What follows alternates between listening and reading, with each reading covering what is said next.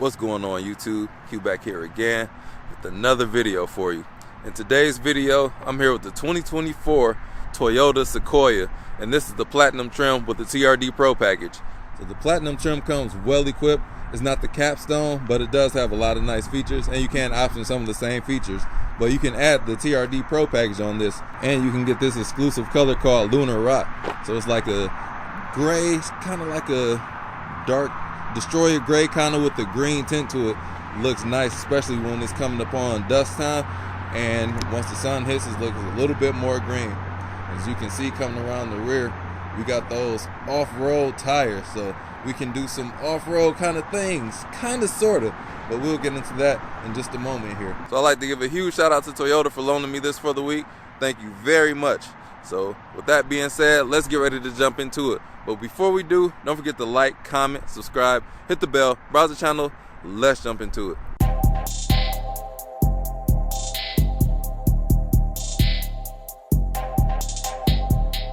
I did the review on the TRD Pro Tundra. This is basically a Tundra in the SUV form, not a truck. So huge truck, huge, highly capable as well.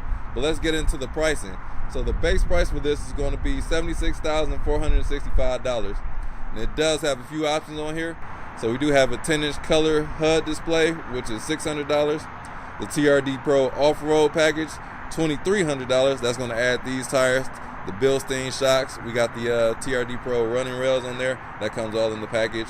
We do have all-weather mats and floor liners for $358. Comes with the dash cam for $499. So your complete total at the destination is going to be $82,082. Let's pop the hood and see what we got power in the Sequoia. So you're going to notice on the hood it says iForce Max. That's going to denote this is a hybrid. So let's open the hood and talk a little bit more about it. Easy to get up. So this iForce Max engine, that's going to be a V6 twin turbocharged hybrid. And if you watch my other videos, you see that orange back in there? That's how you know we got some electrification going on under there. And that's a V6, made it to a 10-speed auto, and it's going to be kicking out 483 horsepower and 583 pound-feet of torque. So this is the same thing that was powering the Tundra that we had. So this vehicle does have all-wheel drive, and it's made it to a 10-speed automatic transmission. Something that's mind-boggling to me, how this has an off-road package, but it doesn't have a whole lot of ground clearance. Because if you can see at the bottom, it does have this plastic shield going across. So I might come into contact with a curb and lose that battle. So I don't know, maybe that's something you would pull off if you want to seriously off-road one of these. But the size, I think it's just for people that like to ride higher and like the rugged look of it all. Because the practicality of it with something this low down here, I don't know, man. That's going to break off easily. The Tundra did have more ground clearance, but if you're riding your family around, that would be the whole purpose of here. So walking along to the trunk, you see our Platinum badge down below. Coming up to the rear quarter, the D pillar, we got the TRD off-road badge here. On the back, we got this bold black lettering and huge. This is probably like 96 font if we were on the computer, but it says Sequoia or Sequoia. Think about my sister in all black. So let's pop the trunk, stand back, and this is a huge truck. Like, this has no shot of making it in my garage. And even when I parked in front of my garage, the tailgate was very close to hitting my garage, and even the tree limbs above my garage, which I need to cut down. But let's take a look back here. Third row, we can fold these seats down with a touch of a button or two. So if we push this in the opposite direction that we want it, we can fold the seats flat for both sides. So it's you can fold the left side or the right side.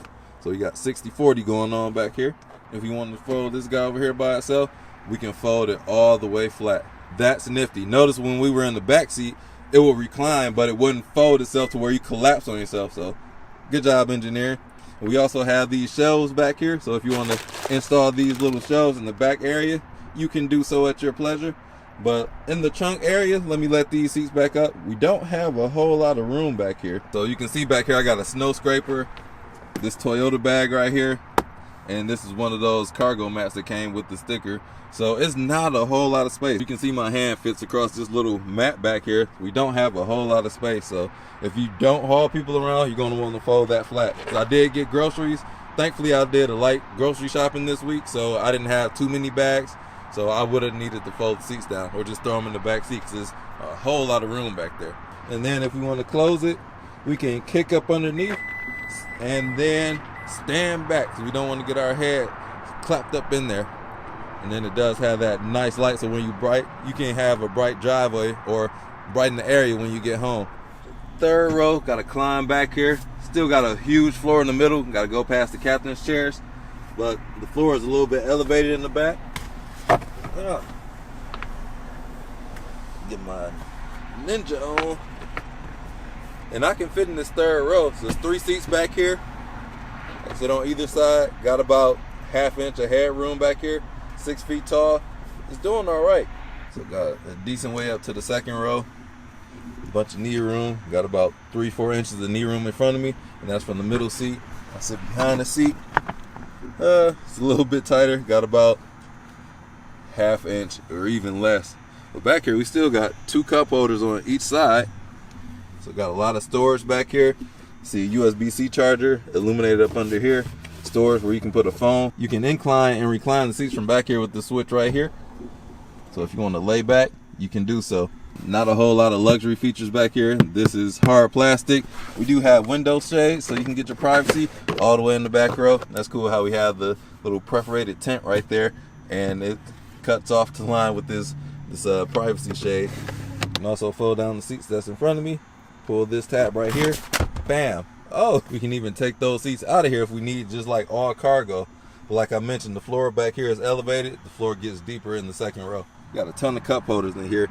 In the back seat, we have cup holders in the door, ample storage space in here, privacy shades for the back seat passengers on the second row. And then we also have carpeted floor mats back here, more cup holders in the center console right there, even more storage if you want to place whatever you would like to. Got a couple of vents back here. We do have single climate control in the rear seats with heated and ventilated seats. Got a couple of chargers down there, USB-A, USB-C, and then we do have like a household outlet. Ample room in the second row. I don't even need to show myself getting in the car. Any size adult can sit in the second row, so no need to worry. This is a full size SUV. And should you want to fold the seats from the second row, we got a button right here. You can fold the seats, watch the back row go down. Nifty feature to have if you don't want to have to climb to the back and get your muscles all worn out. Do it with the button. The front seats. So it's a lot of the same here. Looking up in the door, we do have blue stitching going on here. So it's like a royal blue stitching going on all around. Very comfortable seats. Same thing, blue stitching going around. Heated and ventilated. That's standard on this platinum trim. You're going to see this blue stitching everywhere across the cabin, even on the middle console here. As it's getting dark outside, we do see the ambient lighting. It's a blue hue, so we got it up under the door sill over there. Nice. We do have nice soft leather touching going around. It's not the most plush because this is a Toyota. You can step up to the Lexus if you want more premium feel, but everything in here feels nice. And then we have some compartments in here. Got 2 cup holders. This car is just abundant in cup holders. Center console is huge.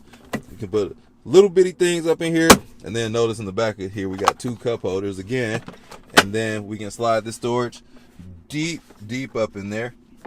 And we can lift this whole armrest up, and it's just huge. Your wife can put a purse up in here, like a big purse. And then we do have USB-A, USB-C. You can put some coins up in here. Let me brighten it up for you. Coins, like I miss seeing these coin slots, and Toyota has it for us. And then it has rubber down here, so things won't just be sliding around driving you crazy. And then we can detract that so you can get a little cheat sheet to get up in there. Cup holders in the door. Storage is abundant in here. This is a huge vehicle. I can't stress that enough. So the infotainment system is going to be the same as the rest of the Toyotas. Exact same as the Tundra. So if you want to see me go more in depth on that, go check out the Tundra video. So I'm not going to bore you guys with the details. We have our HVAC controls. Got heated and ventilated seats. We can set it up to auto mode. Just nice big physical buttons. You can toggle our heat to be hotter, colder. This does has a heated steering wheel as well. Wireless charger works phenomenally. It doesn't slide around here. The phone stands up vertically. See the ambient light, got my hands turning blue. We can tell by this little LED there that turns yellow when it is charging. Green if the charger is on. Drive mode selector down here. And then you can do like rock crawling mode and tow and haul mode, which you can configure through the cluster. And that's the thing that I do not like, how customizable this vehicle is. You can't do a whole lot of customization through the infotainment center. Like, it's not a whole lot in there. Like our vehicle settings, we only have trip information and vehicle alert. The settings is just very, very basic. Like if you go to vehicle customize, it's just the light, the door, like when you exit, do the doors lock and how long the lights stay on. Like you want like eco climate or whatever. It's very, very basic in here. So if you look at the Lexus RX review, it have a ton more features in this menu. And that's something I don't like about these, because if you do want to customize, you have to go through the cluster up here and like check out the TRD Pro video if you want me to go more in depth on that, because I spoke about it on that one. But you can set up the trailering here and the settings, like all these acronyms in here. Like I don't even know what these things are. Like LTA, lanes, tracking assist, I don't know, PCS, BSM.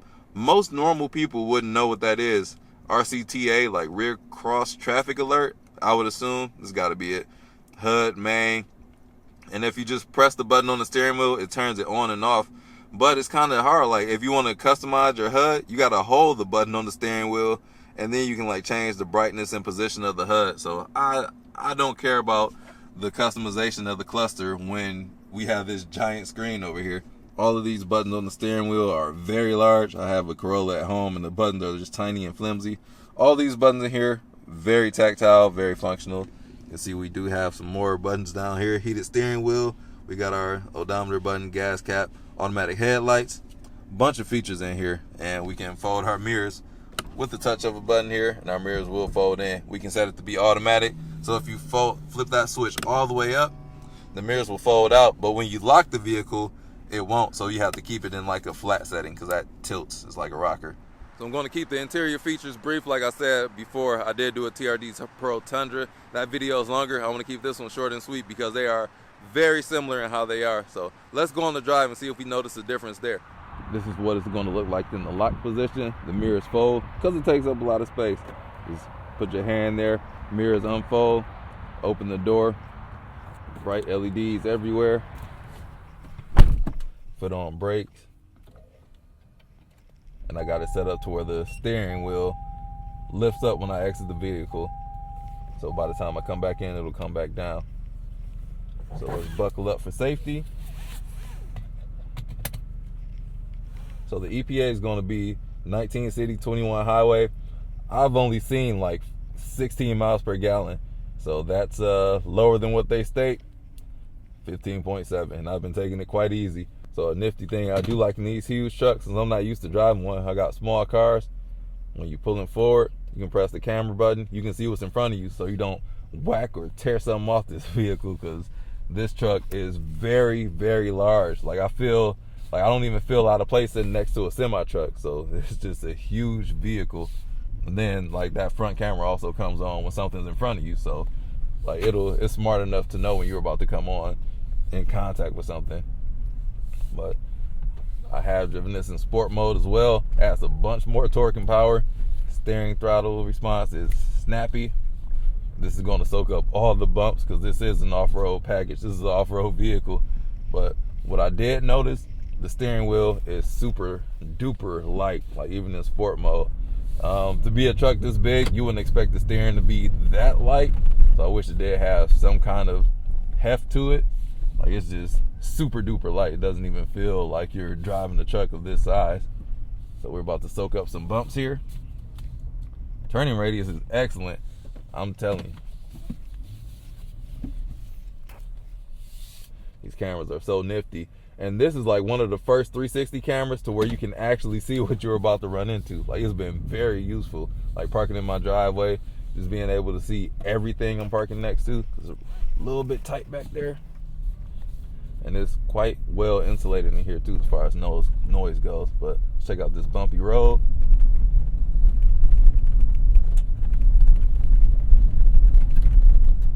It's not the smoothest ride, but it soaks it all up. Like you don't have to worry about really dodging potholes. You got so much sidewall on here, you can pretty much just drive over a curve. Minus that front plastic part that I was talking about. You're gonna tear that off, but it can handle it. Like I feel like I could rip that off driving over these small curves. So what I want to do right here is test the turning radius, because this truck is huge, and I have said Toyotas have great turning radiuses. Let's fully lock the wheel and see what it's like. Man, this has a very tight turning radius too. I'm telling y'all, every Toyota product that I've tested has an amazing turning radius. I think this has a tighter turning radius than my Integra. It feels like it, at least. But let's go drive before it gets dark on us. And the get up on here is pretty good.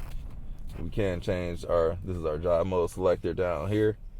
And we do have got it in 2-wheel drive high right now. We don't want it in 4-wheel drive low. We don't even need 4-wheel drive now, because it's, 50 degrees outside, so we're good. So this is a truck. I'm not going to be driving it like a sports car, but I can't help myself, so I am going to be driving it like a sports car. I want to see what it's like on some turns up here. And you can tell that this is like a truck suspension, because the way it soaks up the bumps, like, it's dampened, but it's kind of like springy. You can tell you're on the off-road suspension. It's not bad for everyday driving, but we're on some jacked up roads here. I just came back from Florida. Those roads were immaculate, so you wouldn't notice that here. But these Michigan roads is just torn up, man.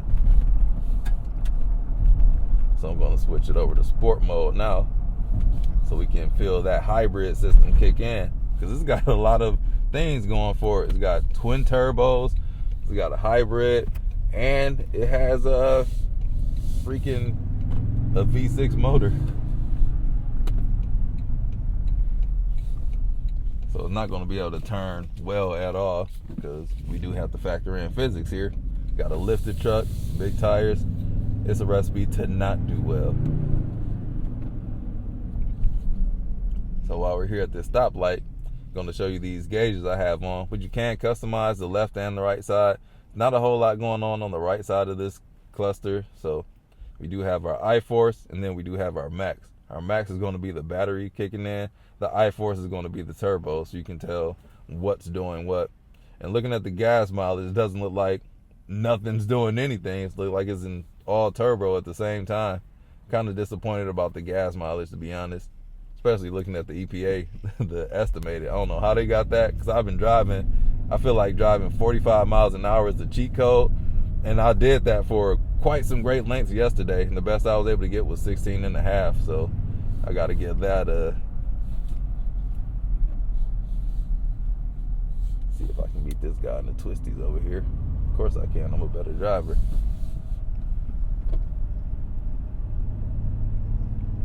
Gonna have some roll with it, but to be a truck this big, it does not handle. It doesn't feel like it's about to roll over. It does its thing. Man, that torque hits hard.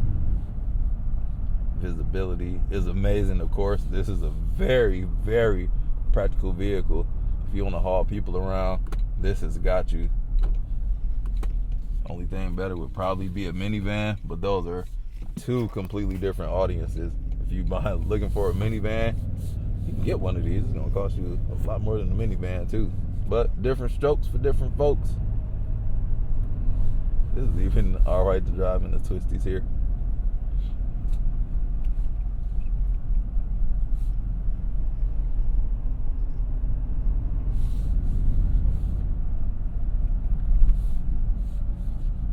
Yeah, definitely feeling that truck suspension now.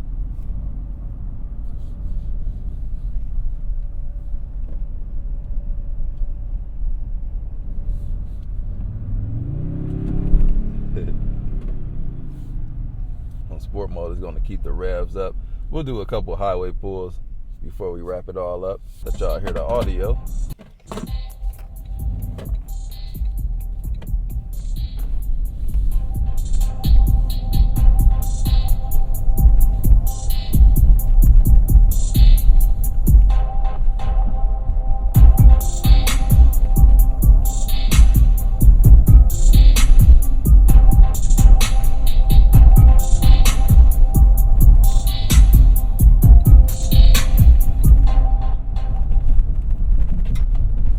Audio is good. It does deliver the power that you want, but the clarity that I like is missing. Like, the bass doesn't hit that hard. treble isn't as crisp. It's just good. Like, this JBL audio system just doesn't do it for me. That's across every vehicle that I've driven from Toyota so far. Let's do a quick launch while we're in sport mode.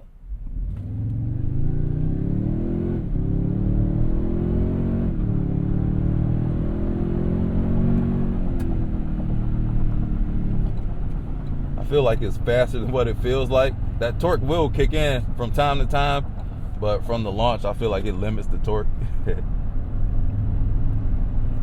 But man, sometimes all that 580 pound-feet of torque, it'll pin you back, but not from a dig unless you got to do some brake torquing. Oh damn, we already at speed. Whoops. The engine doesn't rev that high. Not a very charismatic engine. Revs up to just below 6,000. It's looking like a diesel. On the highway, gives you a very commanding presence. Everybody else is smaller than you, minus semi-trucks. So you are like a lifted, full-size SUV. It's not hard to maneuver it either. Like, I haven't had trouble keeping my lanes, keeping inside my lanes. And it does have like the lane keep assist if you need it. I don't even think I have that turned on right now, or I haven't noticed it. Maybe I'm just that good. I'm gonna just chalk it up to I'm just that good at driving these. The heads-up display is very useful. Large display on the screen in front of me. Not sure y'all can see it right now, but let me try and adjust to where I think you can. So it does tell you the speed limit, how fast you're going, the direction that you are going, and then it does have the RPM meter below it. So very useful information. Even that Escalade looking like the same size. Looking on the side of it. But yeah, I'm sitting higher than they are. How you like me? Little Escalade. Toyota made this very easy to drive because I cannot stress enough how huge this vehicle is. We also have this digital rear view camera mirror. It also doubles as a poverty spec mirror, so you can have a traditional mirror or have that as a camera. I'll just keep the camera on. And we do have the panoramic sunroof letting the light in from above. Sometimes in the middle of the day, you will get like the sunlight coming in from the panel roof, where I just close the shades where I can use the digital rear view camera mirror, because it is glare and I don't like that. Or you can just go back to the normal mirror. Alright, we talked about going. Stopping. The brakes are a bit on the squishy side. I'm not a huge fan on them. They're just squishy brakes. I wish they were better and more of a consistent travel, but they're squishy. I can chalk that up to perhaps is the regenerative braking, if that does have this, because I feel like those vehicles that do have regenerative braking do feel a bit weird. Like the brake travel is just, it's odd feeling. We also do have Toyota where they put in a home-based navigation system, so if you don't have Apple CarPlay, Android Auto, you can use the system's navigation, which I just prefer to use Android Auto and Apple CarPlay. I have an iPhone, so I personally use that. Merging into traffic, no biggie, because we get up and we go. Uh-oh, I see the Alps. Well, that's not the Alps. I'm thinking I'm in the Tundra. We in the Sequoia. Oh, dang, does Ram even have? Yes. No, they don't have now they have the Jeep Wagoneer or Grand Wagoneer, but yeah, thinking about the Durango, but the Ram doesn't have a SUV equivalent. So to sum it up, Toyota has put out a full-size SUV that can meet all your needs. It's a one-trick pony. It's got a modern engine power plant in here. It sits everybody. You can put full adults in the third row back there. If they're taller than 6 feet in that third row, maybe 6'2", they can fit back there. They won't be the most comfortable. And then we do have the 2 captain chairs behind me, which they can easily, anybody can sit there. Shaq can fit back there.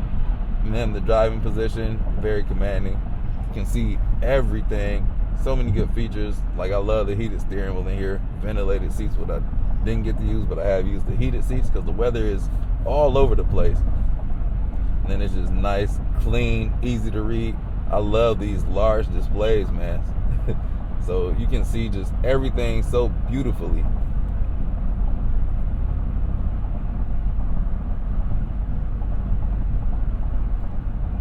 So even like, I just love looking at the audio track.